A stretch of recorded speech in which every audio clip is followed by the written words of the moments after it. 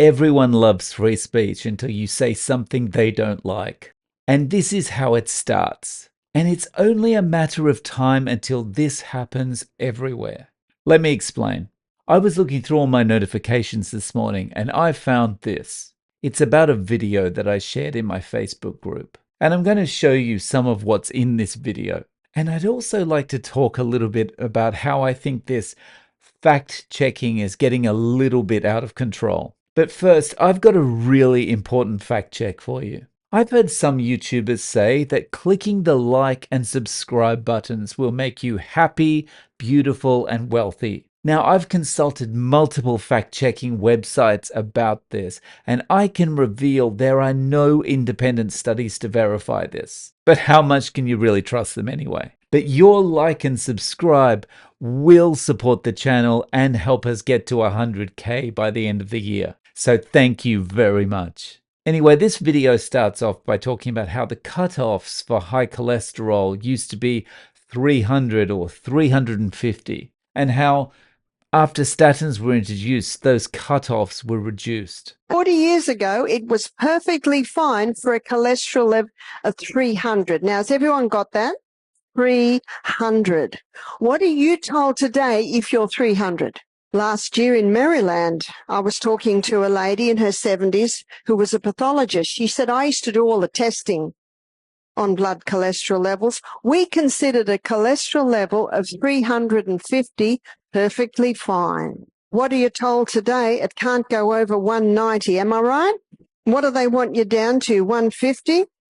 Next, she goes on to talk about the negative effects that statins can have on your body. And I'm not going to show this part in case YouTube gets his knickers in a knot, because this is the part that Facebook has taken issue with. She talks about common side effects with statins like muscle and joint pain, but also that it can cause memory issues that we typically associate with getting old. And I'm kind of censoring myself a little bit here for YouTube. And that's what Facebook have taken issue with, or their fact checkers anyway. But the thing is, if we take a look at the side effects of popular statins, it's actually not hard to make the leap to Alzheimer's or dementia. Take, for example, the side effects of rosuvastatin. Now, I'm purposely not mentioning brand names here, all right?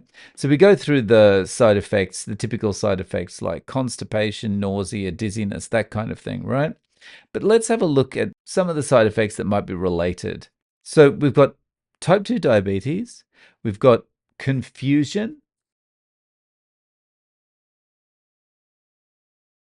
Diabetes is a precursor to all these other chronic conditions, including stuff like dementia. And confusion, well, if you're confused, forgetful, that kind of thing, I mean, is that the start?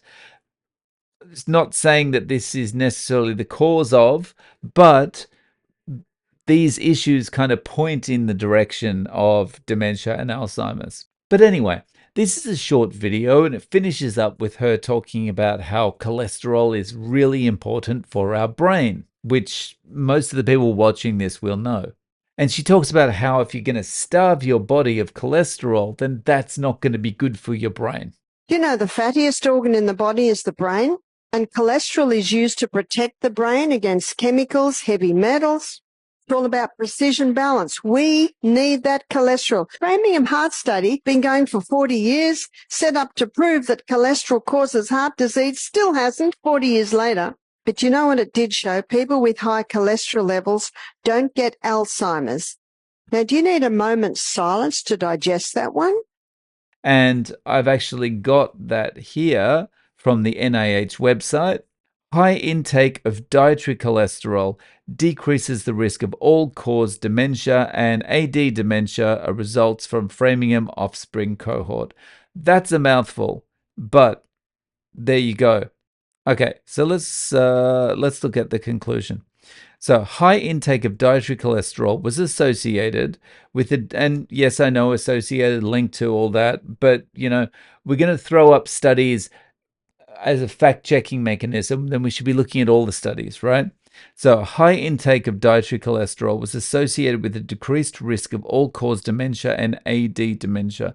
The findings of this observational study need to be confirmed by other studies to highlight the role of dietary cholesterol in the development of neurodegenerative diseases.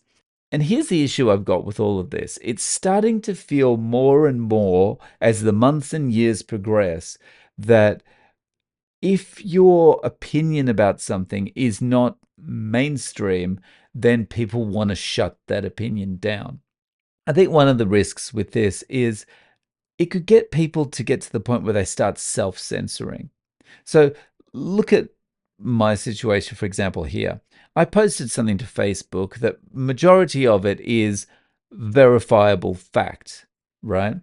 There's one part of it where a statement's made about the link between statins and Alzheimer's that probably can't be directly linked if you're looking for a study, but it could be implied if we look at the Framingham Heart study that says, okay, well, higher cholesterol looked like, we were going to have lower incidence of dementia. However, the thing is, if I'm sharing something to Facebook, then I'm going to start to, after I've received this, fact check, I'm now going to start to think twice about what I'm posting on Facebook. Maybe some fact checker is going to get involved in this and say that, it's not really true. And they're going to start putting warning labels on my posts. And then Facebook says something like, if we fact check a lot of your posts, then we're going to start, not making them as visible anymore and that kind of thing, right? So this leads to self-censorship. And the other thing is, if people are not free to give their opinion on things, if people are worried about, like, if I give my opinion, it's going to be shut down because it goes against the mainstream, whatever what's ever going to change? Nothing. If we have to always agree with what the mainstream view is, if we can't ever dissent from what the mainstream view is, then nothing ever changes. We all go down one path. And what would have happened 50, 100, 200 years ago if people couldn't dissent, if people couldn't disagree with things, right? It's only because people disagreed with things in the past that things ever changed. Doctors used to think that washing your hands wasn't necessary. It's just, Mrs. Smith, I've just been out for lunch. Let me deliver your baby now. That was a mainstream thing. So, anyway, guys, I'd love to know your thoughts on this. And if you want to see an awesome interview, check out this video next.